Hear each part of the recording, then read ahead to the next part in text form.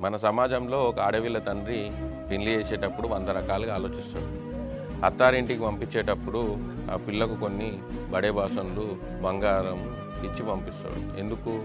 రేపటి నాడు ఏదైనా కష్టం వచ్చినా పిల్ల సర్దుకొని ఇంకే ఈ సంసారం బాగు చేసుకోవడానికి పనికొస్తాయి అని చెప్పి తండ్రి ఒక ముందు చూపుతో తీసుకున్నటువంటి ఆలోచన.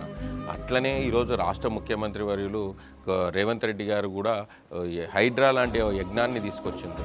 ఇది రేపటి భవిష్యత్ తరాలకు ముందు చూపుకు చూపించేటువంటి ఈ యజ్ఞం. ఏదైతే చెరువులు, కుంటలు కబ్జాలకు గురయ్యి ఈరోజు పేదోళ్ళు నష్టపోతున్నారు. ఈ పేదోళ్లకు వీళ్ళు అమ్మి వీళ్ళు సొమ్ము కాసుకొని వీళ్ళు ఎక్కడో వెళ్ళిపోయినారు. నిజంగా ఆ పేదోళ్ళు ఇండ్లు కూలుస్తుంటే నిజంగా బాధేసింది. ఇది రేపు పుట్టబోయే పిల్లలు 20-25 ఏళ్ళ తర్వాత వచ్చి హైదరాబాద్ ఏంది ఇట్లుంది అనేటట్లుగా ఉండకుండా ఈ మహానగరం మంచిగా ఉంది, రేపు పొద్దున మా భవిష్యత్తుకు పునాది అవుతుంది అనేటట్లుగా ఉండాలి అని చెప్పేసి ఈరోజు రేవంత్ రెడ్డి గారు